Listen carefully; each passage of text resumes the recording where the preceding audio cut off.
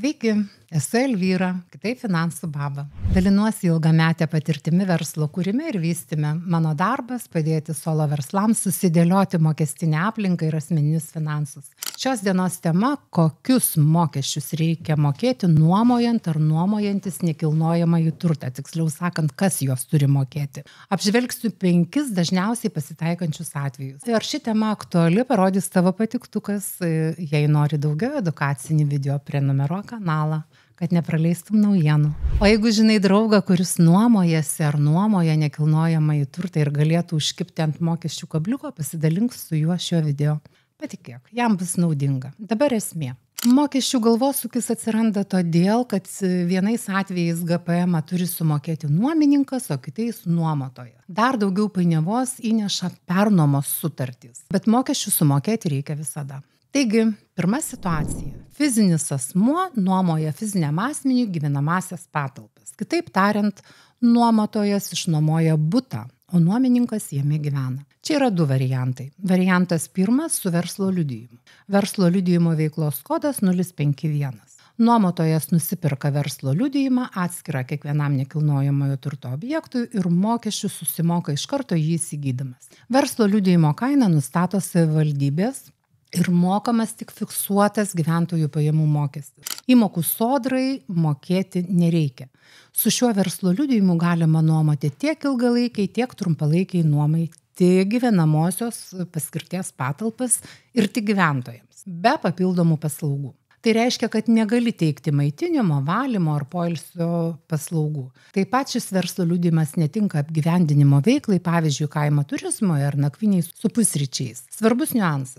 Nuomoti negalima per nuomos ar tarpininkavimo ar nuomos administravimo paslaugas teikiančias įmonės. Kas tai per įmonės? Tai tokios, kurios už tave viską padaro. Tavo vardu kuria paskyras užsienio platformose, jas administruoja, prižiūri, tvarko rezervacijas, nustato kainas ir panašiai.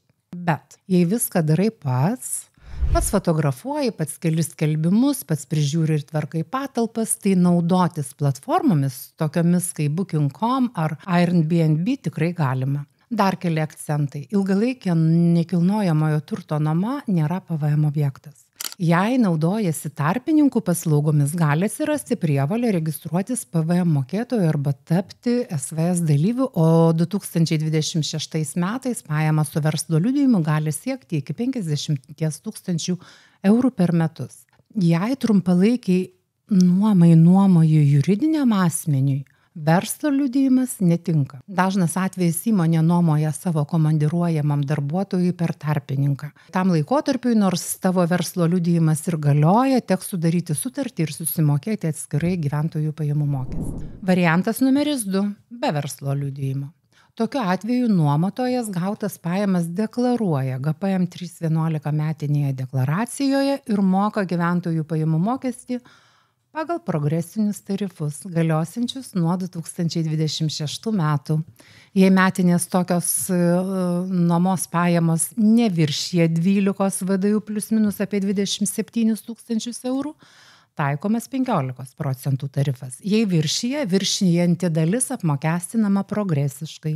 Dėl viršijančios dalies kol kas sakau taip, kaip šiandien suprantu gyventojų pajamų mokesčio įstatymo pakeitimus. Kai sulauksime mokesčio administratoriaus išaiškinimo, tikslinsim. Taigi nuo 12 iki 36 VDU 20% ir nuo 36 iki 60 VDU 25%, o virš 60 VDU net 32%. Čia vertinant visas metinės pajamas. Labai svarbu, ribos skaičiuojamos tik pagal tas pajamas, kurios priklauso progresiniam apmokestinimui. Jeigu iki 2025 metų galvodavome, ar verta pirkti verslo liudijimą, ar nuomoti be jo, tai nuo kitų metų dėl progresinio apmokestinimo, ko gero, verslo liudijimas bus geresnė išeitis. Antra situacija. Fizinis asmuo nuomoja patalpas veiklą vykdančiam asmeniui. Čia jau viskas apsiverčia aukštyn kojom. Tarkim, tas pats žmogus A išnuomoja patalpas fiziniam asmeniui B, kuris jose vykdys veiklą. Gal su individualios veiklos pažyma, gal kaip mažoji bendrija ar net OAB. Ir štai kur esmė. Šiuo atveju GPM prievolė tenka ne nuomotojui A, o nuomininkui B.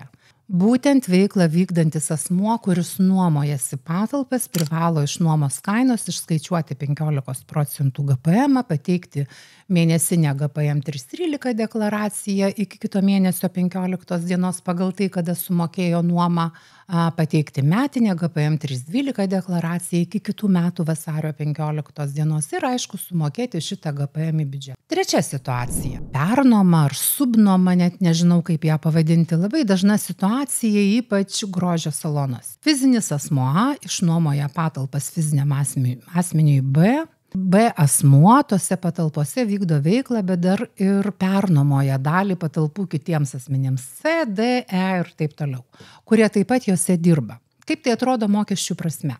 Fizinis asmuo A jokių mokestinių prievalių.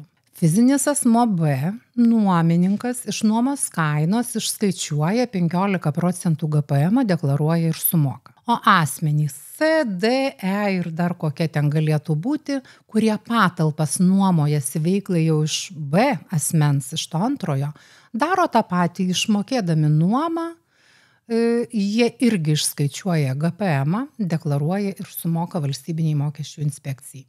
Labai svarbus momentas, čia būtinos 2 ar daugiau nuomos sutarčių tarp A ir B, tarp B ir kitų asmenų C, D ir E. Ir štai čia jau klausimas, ar fiziniam asmeniui A nuo kitų metų bus naudinga tokiu būdu nuomoti patalpas dėl progresinio apmokestinimo. Laukiam VMI išaiškinimų.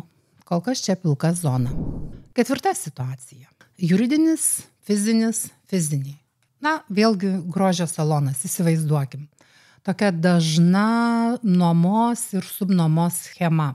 Juridinis asmuo, tarkim, UAB išnuomoja patalpas fiziniam asmeniui B, o šis fizinis asmuo B pernuomoja patalpas kitiems fiziniams asmenims. Tie kiti fiziniai asmenys, reikia suprasti, jie vykdo veiklą pagal pažymą. Mokesčių prasme viskas atrodo taip. Juridiniam asmeniui nuomos pajamos yra tiesiog veiklos pajamos. Jos patenka į pelno mokestį, viskas standartinė tvarka. Fizinis asmuo B šiuo atveju jokių mokesčių nemoka, nes pats tik tarpininkauja tarp nuomotojų ir kitų nuomininkų. Fiziniai asmenys C, D ir E ir dar kiek jų ten bebūtų, išmokėdami nuomą asmeniui B, privalo išskaičiuoti 15% GPM, deklaruoti ir sumokėti valstybiniai mokesčių inspekcijai. Penkta situacija. Juridinis asmuo, juridiniam asmeniui ir vėlgi fiziniai asmenys vykdantys veiklą. Vėlgi imkim grožio salonas, geriausiai susikurti vaizdinį. Juridinis asmuo A išnuomoja patalpas kitam juridiniam asmeniui B, o šis juridinis asmuo B subnuomos pagrindais išnuomoja patalpas fiziniams asmenims C, D, E, kurie jose vykdo veiklą. Kaip čia atrodo? Mokestiniai niuansai. Abiems juridiniams asmenims tai įprastinės veiklos pajamos ir sąnaudos. Mokesčiai, pelno mokestis pagal bendrą tvarką.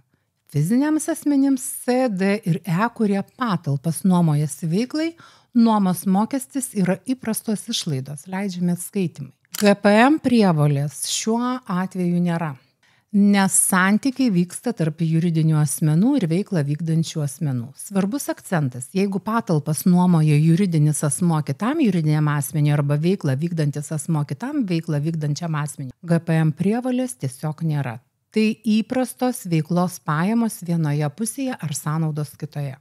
Ir dar vienas niuansas. Antroje ir penktoje situacijoje atsiranda nekilnojamojo turto mokestis. Jį reikia žiūrėti atskirai pagal turto vertę ir savivaldybės nustatytą tarifą.